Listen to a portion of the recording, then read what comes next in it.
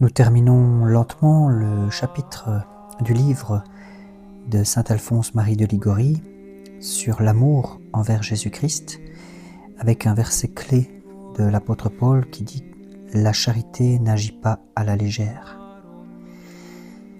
Et donc, nous avions vu dans la précédente vidéo que l'amour, lorsque nous aimons Jésus-Christ, nous aimons être avec lui dans la prière, dans la méditation et l'oraison, et dans la communion de l'Eucharistie.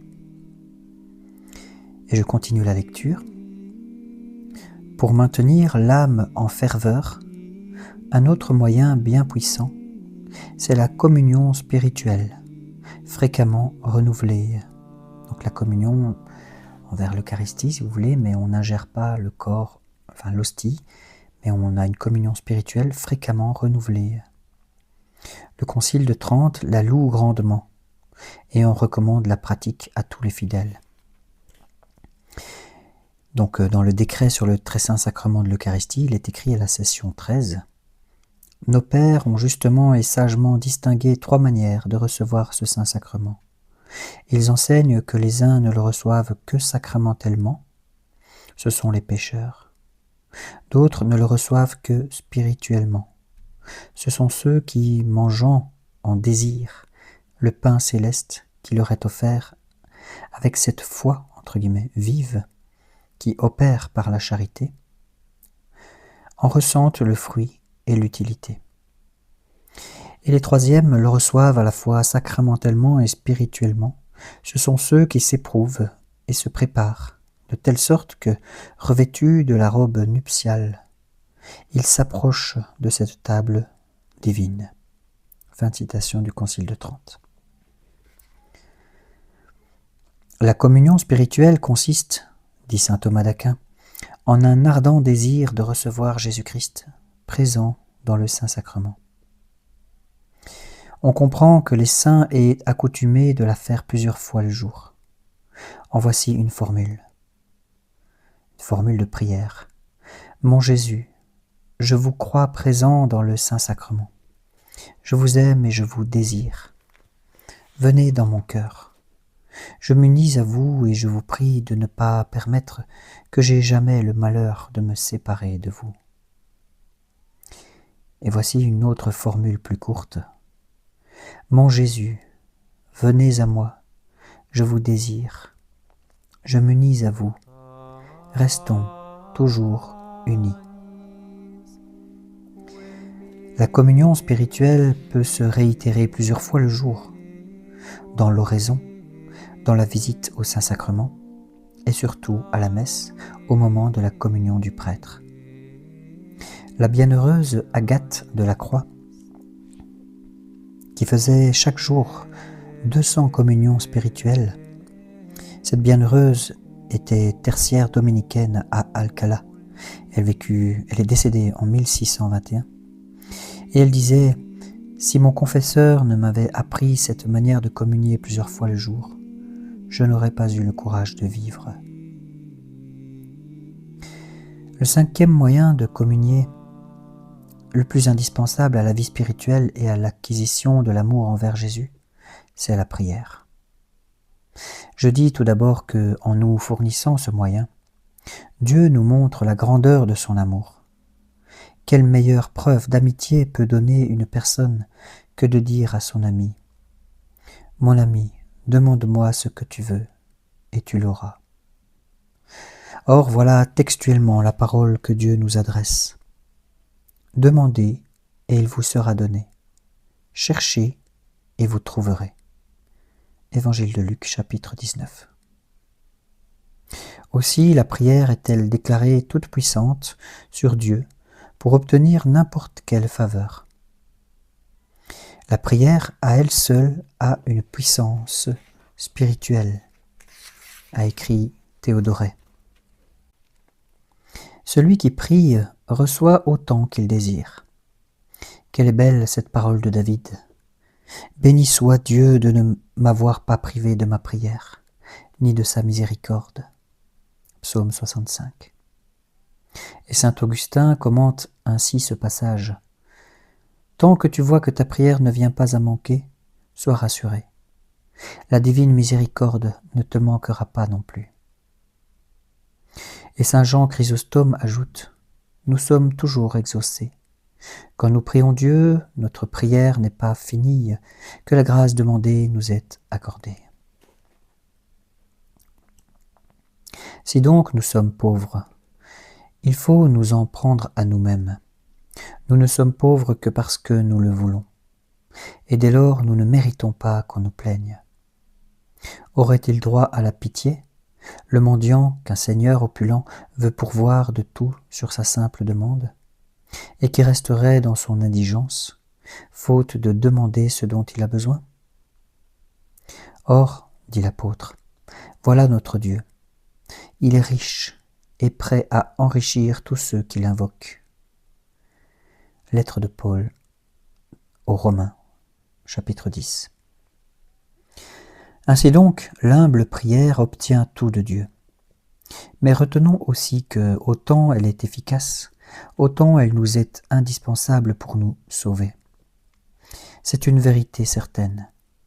Pour vaincre nos ennemis et triompher des tentations, le secours de Dieu nous est absolument indispensable.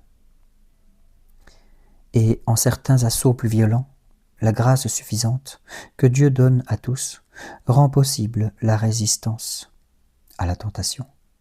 Mais en fait, à cause de nos mauvaises inclinations, elle ne nous suffira pas. Il y faudra une grâce spéciale. Cette grâce spéciale, celui qui prie l'obtient, celui qui ne prie pas ne l'a pas et se perd. Et parlant en particulier de la grâce de la persévérance finale, c'est-à-dire de la grâce de mourir dans l'amitié de Dieu, qui est proprement la grâce absolument nécessaire pour notre salut, saint Augustin déclare que cette grâce-là, Dieu ne l'accorde qu'à la prière. Il écrit cela dans le don de la persévérance. Il est des dons que Dieu accorde à ceux-là même qui ne les ont pas demandés comme le début de la foi. D'autres qu'il n'a préparés qu'à ceux qui prient, comme le don de la persévérance finale. Il faut veiller, en conséquence, à ce que la prière ne s'éteigne pas. C'était saint Augustin dans le don de persévérance. Et voilà pourquoi tant d'âmes se perdent, parce que beaucoup négligent de demander à Dieu cette grâce de la persévérance. Je signale que Jésus disait aussi « Celui qui persévérera jusqu'à la fin sera sauvé ». L'enseignement des saints pères se résume ainsi. La prière, sans doute, nous est nécessaire de nécessité de préceptes. C'est pourquoi les théologiens n'excusent pas de péché mortel celui qui négligerait pendant tout un mois de recommander à Dieu son salut éternel. Mais en plus, elle est nécessaire de nécessité de moyens, c'est-à-dire ce qui revient à dire que sans la prière, le salut devient une impossibilité. La raison, la voici en 2 mots. Sans le secours des grâces divines, nous sommes incapables de parvenir au ciel. Or, ces grâces, Dieu ne les accorde qu'à celui qui prie. Par ailleurs, les tentations et les dangers où nous sommes d'encourir l'inimitié de Dieu sont continuels. Donc l'inimitié de Dieu, c'est quand Dieu n'est plus notre ami à cause de notre péché qui perdure. Et donc, continuelles aussi doivent être nos supplications. D'où cette affirmation de saint Thomas. Pour entrer au ciel, l'homme a besoin d'une prière assidue. Après le baptême, pour que l'homme entre au ciel, la prière continuelle lui est nécessaire. Sans doute, par le baptême, les péchés sont remis. Pourtant, il reste le foyer de la concupiscence, qui nous combat à l'intérieur, et les démons qui luttent contre nous de l'extérieur. C'est pourquoi saint Luc dit « Pendant que Jésus était baptisé et priait, le ciel s'ouvrit. » Car la prière est nécessaire aux fidèles, après le baptême, nous dit saint Thomas d'Aquin. Notre Seigneur lui-même l'avait dit avant lui. Il faut prier toujours et ne pas se lasser. Et à sa suite, l'apôtre aux Thessaloniciens disait « Priez sans cesse ». Dans cet intervalle où nous négligerons de nous recommander à Dieu, le démon nous vaincra. La grâce de la persévérance, ainsi que l'enseigne le Concile de Trente, nous ne pouvons pas la mériter. Il y a cependant, dit saint Augustin, une certaine manière de mériter ce don de Dieu, c'est la supplication. En d'autres termes, elle s'accorde à la prière. Le Seigneur veut nous dispenser ses grâces, mais il veut qu'on le prie, voire qu'on l'importune, qu'on lui fasse par la prière une sorte de violence. C'est-à-dire, nous ne voulons pas lâcher sa main en priant sans cesse. C'est la pensée de saint Grégoire. Dieu veut être prié, il veut être forcé, il veut être comme vaincu par notre importunité. Aussi sainte Marie-Madeleine de Pazzi disait-elle, « Quand nous présentons à Dieu nos requêtes, non content de nous exaucer, il nous en est en quelque sorte reconnaissant. » Oui, pourquoi ? Parce qu'il est la bonté infinie, désireuse de se répandre en dehors d'elle-même. Il a donc un désir, que l'on peut dire infini, de nous dispenser ses faveurs. Mais comme il veut les accorder à la prière, quand une âme vient le solliciter, il en éprouve un tel contentement que, en quelque manière, il l'en remercie. Voulons-nous donc nous maintenir dans l'amitié de Dieu jusqu'à la mort ? Il faut que toujours nous fassions les mendiants, que nous poursuivions Dieu de nos sollicitations, que nous implorions son secours à tout instant. Mon Jésus, miséricorde, ne permettez pas qu'il m'arrive jamais de me séparer de vous. Seigneur, assistez-moi.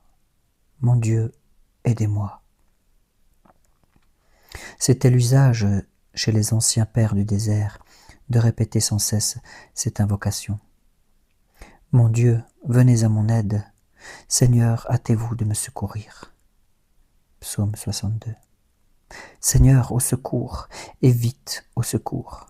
Car si votre aide tarde à venir, je succomberai et je me perdrai. Telle doit être notre pratique, surtout à l'heure de la tentation. Celui qui la néglige est perdu d'avance. Prions, mais avec une foi forte en la prière. La promesse de Dieu est formelle. Il exaucera quiconque le priera. Demandez et vous recevrez, nous dit Jésus dans l'évangile de Jean. Comment douter, demande saint Augustin, dès lors que le Seigneur, s'étant lié par sa parole donnée, ne peut manquer de nous accorder les grâces que nous lui demandons. Sa promesse, dit-il, en a fait notre débiteur. Lorsque nous nous recommandons à Dieu, il nous faut être animés de la ferme confiance d'être exaucés, et nous obtiendrons tout ce que nous voudrons. Écoutons Jésus-Christ nous dire « Toutes choses quelconques que vous demanderez dans la prière, croyez que vous les recevrez, et elles vous arriveront. » Marc chapitre 11. « Hélas, je suis pécheur, objectera quelqu'un.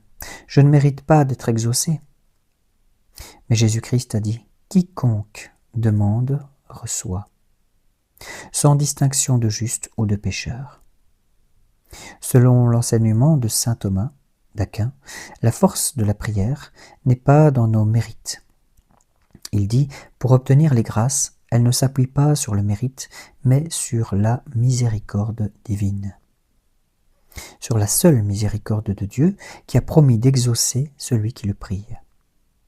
Et notre divin Sauveur lui-même, pour bannir toute crainte de nos prières, nous a dit « En vérité, je vous le dis, si vous demandez quelque chose à mon Père en mon nom, il vous le donnera. » Jean chapitre 16. C'est comme s'il disait « Pécheurs, vous ne pouvez vous prévaloir d'aucun titre pour obtenir les grâces de Dieu. Voici comment vous y prendre. Les grâces que vous désirez, demandez-les à mon Père en mon nom. C'est-à-dire par mes mérites et pour l'amour de moi.